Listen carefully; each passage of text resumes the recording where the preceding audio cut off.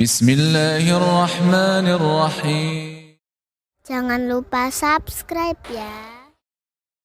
Bukan di hati orang. Itu ingin diakui, ingin dipuji, ingin disanjung. Itu semua namanya riya. Kapan kau begitu, semua pahalamu gugur. Amal soleh yang kau ceritakan itu gugur pahalanya. Sayang. Kita ini amal soleh sudah sedikit. Yang sedikit itu yang ikhlas, wallahu alam. Sudah, enggak usah dijadikan story, enggak usah cerita, enggak usah ini, enggak usah anu, enggak usah lah. Jangan coba-coba ingin dipuji manusia. Dan berusaha untuk tidak menunggu sanjungan manusia. Kita sudah melakukan sudah, jangan tunggu-tunggu apa sih kata dia, enggak usah tunggu. Enggak usah. Sebenarnya mengatakan siapa yang nunggu sanjungan berarti dia riya tujuannya karena dia sedang menunggu sanjungan tersebut. Entah datang entah tidak. Enggak usah.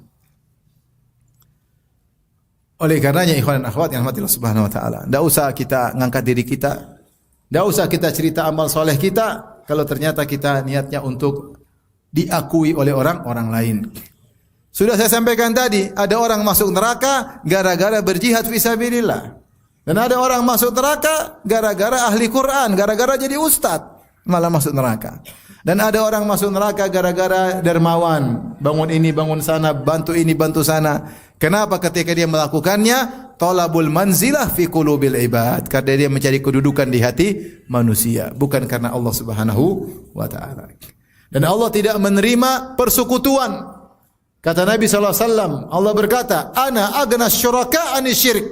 Aku adalah yang paling tidak butuh dengan persekutuan.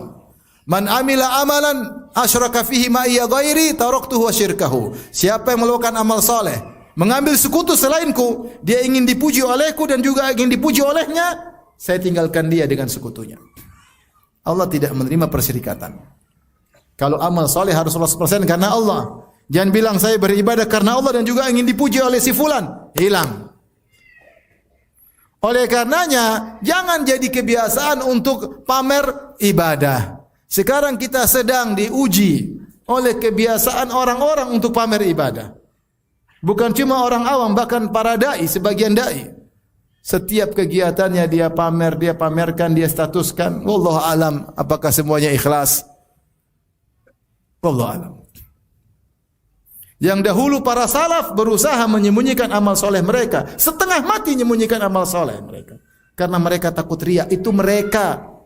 Amalnya banyak, takutnya luar biasa. Dan di antara yang mereka takutkan adalah takut riya. Dan di antara bab dalam kitab Tauhid, al-khawfu minasyirk, takut dengan kesyirikan. Ini sebagian orang sekarang seakan-akan saya tidak bakalan riya. Semua amal soleh dia pamerkan. Yang takut riya itu salaf, kalau saya enggak. Ya, siapa hati kita sangat mudah lemah. Kita ini makan puji, itu tidak? Pingin dipuji, pingin cari muka, pingin jadi sorotan, pingin jadi bahan pembicaraan orang, pingin dipuji, pingin disanjung. Itu sifat dasar manusia.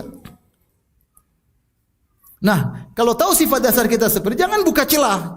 Jangan buka celah dengan memperlihatkan, mamerkan dan seterusnya. Maka di antara prinsip hidup dalam hidup ini, jangan sekali-sekali mencari kedudukan di hati orang. Kalau sudah kita lakukan segala istighfar, astagfirullah, ternyata saya tadi cerita supaya ternyata saya tunjukkan tadi seperti itu. Kalau ada orang WA antum jam 3 malam, gimana kabar antum? Jangan jawab. Antum jawab, dia tahu saya sudah bangun jam 3 ini. Padahal nonton bola. Wah, kalau saya jawab nanti jangan jawab, nanti aja. Habis sholat subuh, alhamdulillah bi khair. Karena kalau antum jawab jam 3, khawatirnya antum berharap dia memuji antum. Ternyata jam 3 sudah bangun, Masya Allah. Masya Allah antum, Allah ibarik fik. Alhamdulillah. Akhirnya cari kedudukan di hati manusia. Ketika kita mencari kedudukan di hati manusia, itulah namanya riya atau sum'ah. Siapa sih yang selamat? Enggak ada yang selamat. Makanya kita istighfar. Istighfar.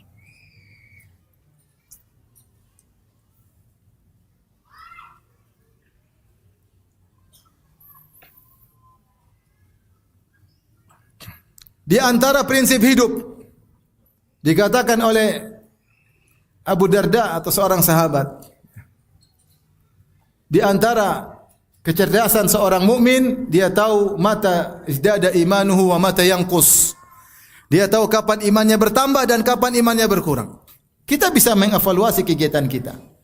Ketika kita iman bertambah, alhamdulillah kita merasa dekat kepada Allah, semangat beribadah, takut bermaksiat, iman kita bertambah.